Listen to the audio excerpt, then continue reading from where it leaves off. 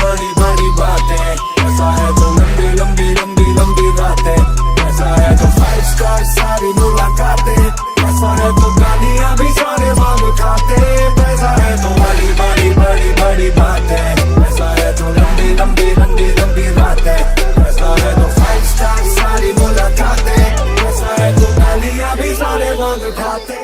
ಒಂದು ಕಾಲದಲ್ಲಿ 400 ರೂಪಾಯಿ ಇದ್ದಂಥ ಸ್ಟಾಕ್ಸು ಎಲ್ಲರಿಗೂ ಫೇವ್ರೆಟ್ ಬ್ಯಾಂಕ್ ಆಗಿತ್ತು ಎಸ್ ಬ್ಯಾಂಕ್. ನೆಕ್ಸ್ಟ್ ಏನಾಯಿತು ಅಂದರೆ ಅದು ಇನ್ವೆಸ್ಟರ್ಸ್ಗೆ ನೋ ಬ್ಯಾಂಕ್ ಆಗೋಯ್ತು. ಯಾಕೆಂದರೆ 400 ರೂಪಾಯಿ ಇದ್ದಿದ್ದು ಶೇರು ಬಂದುಬಿಟ್ಟು 5 ರೂಪಾಯಿ ಆಯಿತು. ಎಷ್ಟೋ ಜನ ಈ ಸ್ಟಾಕಲ್ಲಿ ಹಾಕಿ ಮನೆ ಮಠ ಎಲ್ಲ ಮಾಡಿಕೊಂಡು ಬೀದಿಗೆ ಬಂದಿರೋರು ಎಕ್ಸಾಂಪಲ್ಸ್ ಕೂಡ ಕಂಡಿರ್ಬೋದು, ಕೇಳಿರ್ಬೋದು, ಟಿ ವಿಯಲ್ಲಿ ನೋಡಿರ್ಬೋದು. ಸೊ ನಾನು ನೋಡಿದ್ದೀನಿ. ಓಕೆನಾ?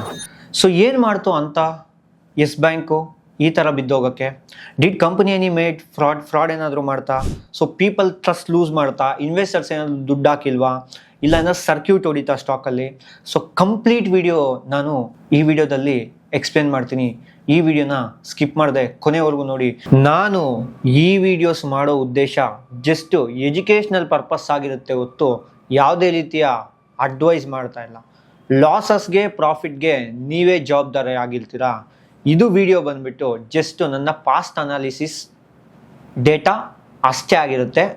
ಫೈನಾನ್ಷಿಯಲ್ ಅಡ್ವೈಸರ್ನ ಕಾಂಟ್ಯಾಕ್ಟ್ ಮಾಡಿ ನೀವು ಇನ್ವೆಸ್ಟ್ ಮಾಡಿ ಅಂತ ಹೇಳ್ತಾ ಇದ್ದೀನಿ. ನೀವು ಇನ್ವೆಸ್ಟ್ ಮಾಡಿರೋ ಸ್ಟಾಕ್ಸ್ ಯಾವುದಾದ್ರೂ ಹಿಂಗಾಗ್ಬೋದು ಬಿಕಾಸ್ ಆಫ್ ಕಂಪನಿ ಏನಾದರೂ ಟ್ರ್ಯಾಕಲ್ಲಿ ಇಲ್ಲ ಅಂದರೆ.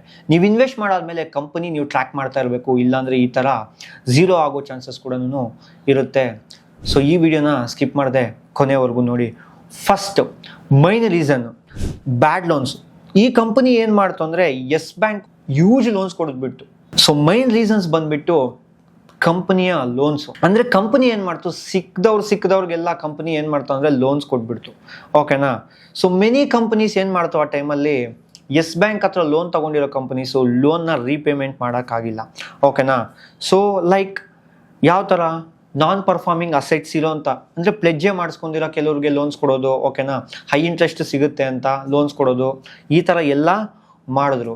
ಸೊ ಇದೆಲ್ಲ ಮಾಡಾದ್ಮೇಲೆ ಏನಾಯಿತು ಅಂದರೆ ಇನ್ವೆಸ್ಟರ್ಸ್ಗೆ ಸ್ವಲ್ಪ ಭಯ ಬಂತು. ಏನು ಇವರೇನು ಪ್ಲೆಜ್ ಮಾಡಿಸ್ಕೊಂಡಿರೋ ಕೊಡ್ತಾ ಇದ್ದಾರೆ, ಹೈ ಇಂಟ್ರೆಸ್ಟಲ್ಲಿ ಕೊಡಿಸ್ತಾ ಇದ್ದಾರೆ, ಓಕೆನಾ, ರಿಸ್ಕ್ ಹೆವಿ ತೊಗೊತಾ ಇದ್ದಾರೆ, ಲೋನ್ಸ್ನ ಜಾಸ್ತಿ ಕೊಡ್ತಾ ಇದ್ದಾರೆ ಅಂತ.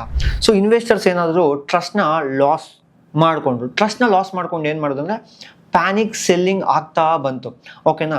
ಸೊ ನೆಕ್ಸ್ಟ್ ಇದು ಎಷ್ಟು ಚೆನ್ನಾಗಿ ಗ್ರೋತ್ ಆಯಿತು ಅಂದರೆ once upon A time the bank was growing very fast. ಅಂದರೆ ತುಂಬ ಚೆನ್ನಾಗೇ ಬೆಳೆಯೋಂಥ ಪೊಟೆನ್ಷಿಯಲ್ ಇದ್ದಿದ್ದು ಬ್ಯಾಂಕು ಅದೇ ಥರ ಗ್ರೋ ಕೂಡ ಆಯಿತು.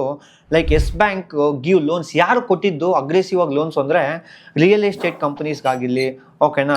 ಸೊ ಫೈನಾನ್ಷಿಯಲಿ ವೀಕ್ ಇರೋ ಕಂಪ್ನಿಗಳಿಗೆ ಇವರು ತುಂಬ ಚೆನ್ನಾಗಿ ಏನು ಮಾಡಿದ್ರು ಅಂದರೆ ಫಂಡಿಂಗ್ ಮಾಡಿದ್ರು. ಅವರು ರೀಪೇ ಮಾಡೋಕ್ಕಾಗಿಲ್ಲ. ಓಕೆನಾ? ನೆಕ್ಸ್ಟ್ ಬಂದುಬಿಟ್ಟು RBI ಅವರು ಇವ್ರಿಗೆ ಪ್ರಾಬ್ಲಮ್ನ ಮಾಡ್ತಾಯಿದ್ರು. ಅಂದರೆ ನೋಟಿಸ್ ಕೊಡೋದಾಗಿರಲಿ, ಸೊ ರಿಪೋರ್ಟಿಂಗ್ ಅಂದರೆ ಬ್ಯಾಡ್ ಲೋನ್ ರಿಪೋರ್ಟಿಂಗ್ ಮಾಡ್ತಾಯಿದ್ರು, ಕರೆಕ್ಟಾಗಿ ಅವ್ರಿಗೆ ಸಪೋರ್ಟ್ ಮಾಡ್ತಾ ಇರಲಿಲ್ಲ. ಲೈಕ್ ಯಾರು ಅಂದರೆ ಫೈನಾನ್ಷಿಯಲ್ ಥಿಂಗ್ಸ್ನ ಇವರು ಯಾರು ಎಸ್ ಬ್ಯಾಂಕ್ ಅವರು ಕರೆಕ್ಟಾಗಿ ಇಟ್ಕೊಳಕ್ಕೆ ಹೋಗ್ತಾ ಇರಲಿಲ್ಲ. ಅವ್ರಿಗೆ ರಿಪೋರ್ಟ್ಸ್ ಎಲ್ಲ ಫೇಕ್ ಕೊಡ್ತಾಯಿದ್ರು ಅಂತ ಕ್ರಿಯೇಟ್ ಆಯಿತು. ಪ್ಯಾನಿಕ್ಕು ಎಷ್ಟು ನಿಜನೋ ಎಷ್ಟು ಸುಳ್ಳೋ ಗೊತ್ತಿಲ್ಲ, ಬಟ್ ಈ ಥರ ರಿಪೋರ್ಟ್ಸ್ ಎಲ್ಲ ಫೇಕಾಗಿ ಕೊಡ್ತಾ ಇದ್ದಾರೆ ಅಂತ ರಿಪೋರ್ಟ್ಸ್ ಕೊಡೋಕ್ಕೆ ಸ್ಟಾರ್ಟ್ ಆಯಿತು. RBI ಅವರನ್ನು ನೋಟಿಸ್ ಕೊಡೋಕ್ಕೆ ಸ್ಟಾರ್ಟ್ ಆಯಿತು. ಇದೊಂದು ಇನ್ವೆಸ್ಟರ್ಸ್ಗೆ ಏನಾಯಿತು ಅಂದರೆ ಪ್ಯಾನಿಕ್ ಸಿಚುವೇಶನ್ನ ಕ್ರಿಯೇಟ್ ಮಾಡ್ತು ಈ ಸ್ಟಾಕಲ್ಲಿ. ಎಸ್, ಯಾರಾದರೂ ಒಂದು ನೋಟಿಸ್ ಕೊಟ್ಟಾಗ ಏನು ಅನ್ಕೊಂತಾರೆ, ನಿಜನೋ ಸುಳ್ಳು ಅಂದ್ಕೊಳ್ಳಲ್ಲ, ಬಟ್ ಏನು ಅನ್ಕೊಂತೀವಿ, ಪ್ಯಾನಿಕ್ ಅಂತೂ ಆಗುತ್ತಾ. ಆ ಪ್ಯಾನಿಕಲ್ಲಿ ಏನು ಮಾಡಿದ್ರು, ಇನ್ವೆಸ್ಟರ್ಸ್ ಸೆಲ್ ಆಫ್ ಮಾಡ್ತಾ ಬಂದರು. ಓಕೆನಾ? ಸೊ ಇನ್ವೆಸ್ಟರ್ಸ್ ಭಯ. ಯಾವುದೇ ಒಂದು ಕಂಪನಿಯಲ್ಲಿ ಸೊ ಇನ್ವೆಸ್ಟರ್ಸ್ ಇರ್ತಾರೆ. ಸೊ ಇನ್ವೆಸ್ಟರ್ಸ್ ಏನು ಮಾಡ್ತಾರೆ, ಓಕೆ, ಯಾರನ್ನು ನಂಬಿ ಒಂದು ಏನೋ ಹಾಕಿರ್ತಾರೆ, ಓಕೆನಾ, ದುಡ್ಡೋ. ಸೊ ನೋಟಿಸ್ ಬಂದಿದ ತಕ್ಷಣ ಭಯ ಪಡ್ಬಿಡೋದು. ಓಕೆನಾ? ಸೊ ಒನ್ಸ್ ಪೀಪಲ್ಗೆ ಏನಾದರೂ ಟ್ರಸ್ಟ್ನ ಲಾಸ್ ಆಯಿತು ಅಂದರೆ ಸೊ ಕಂಪನಿ ಏನಾಗುತ್ತೆ, ಇನ್ವೆಸ್ಟರ್ಸ್ ಜಾಸ್ತಿ ಬರಲ್ಲ, ಲಾಸ್ ಆಗ್ತಾ ಬರುತ್ತೆ, ಬೈಯಿಂಗ್ ನಡೆಯಲ್ಲ, ಸೆಲ್ಲಿಂಗ್ ಬರುತ್ತೆ.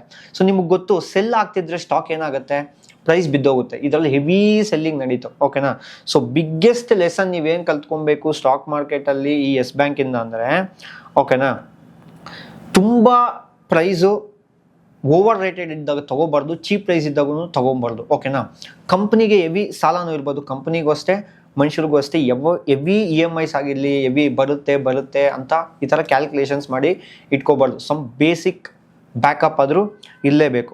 ಇಂಪಾರ್ಟೆಂಟ್. ಯಾವತ್ತಾದರೂ ಇನ್ವೆಸ್ಟರ್ಸ್ ನೀವೇನು ಚೆಕ್ ಮಾಡ್ತೀರ ಅಂದರೆ, ಸೊ ಕ್ವಾಲಿಟಿನ ಚೆಕ್ ಮಾಡಿ, ಪಿನ ಚೆಕ್ ಮಾಡಿ, ಸೊ ಮಾರ್ಕೆಟ್ ಕ್ಯಾಪಿಟಲ್ನ ಚೆಕ್ ಮಾಡಿ, ಕಂಪನಿಗೆ ಎಷ್ಟು ಡೆಟ್ ಇದೆ ಅಂತ ಚೆಕ್ ಮಾಡಿ. ಓಕೆನಾ? ಸೊ ಬುಕ್ ವ್ಯಾಲ್ಯೂ ಎಷ್ಟಿದೆ ಅಂತ ಚೆಕ್ ಮಾಡಿ ಆಮೇಲೆ ಸ್ಟಾಕ್ಸ್ಗೆ ಹಾಕಿ. ಸೊ ಸ್ಟಾಕ್ ಮಾರ್ಕೆಟ್ ಯಾವತ್ತೂ ರಿವಾರ್ಡ್ ಕೊಡುತ್ತೆ ಕರೆಕ್ಟೇ, ಬಟ್ ಗೊತ್ತಿಲ್ದಿರ ಹಾಕಿದ್ರೆ ನಿಮಗೆ ಪನಿಷ್ಮೆಂಟ್ ಕೂಡ ಕೊಡುತ್ತೆ ಅಂತ ಈ ವಿಡಿಯೋದಲ್ಲಿ ಹೇಳ್ತಾ, ಸೊ ಈ ವಿಡಿಯೋನ ಇಲ್ಲಿಗೆ ಎಂಡ್ ಮಾಡ್ತಾ ಇದೀನಿ. ನೀವು ಯಾವ್ದಾದ್ರು ಇಂಥ ಸ್ಟಾಕಲ್ಲಿ ಸಿಗಾಕೊಂಡಿದ್ರೆ ಸೊ ದಯಮಾಡಿ ಕಾಮೆಂಟ್ ಮಾಡಿ ತಿಳಿಸಿ. ಈ ವಿಡಿಯೋ ಇಂಟ್ರೆಸ್ಟಿಂಗ್ ಅನ್ಸಿದ್ರೆ ನಿಮ್ಮ ಫ್ರೆಂಡ್ಗೆ ಈ ವಿಡಿಯೋನ ತಪ್ಪದೆ ಶೇರ್ ಮಾಡಿ. ಸಿಗೋಣ ನೆಕ್ಸ್ಟ್ ವಿಡಿಯೋಲಿ. ಜೈ ಹಿಂದ್, ಜೈ ಕರ್ನಾಟಕ.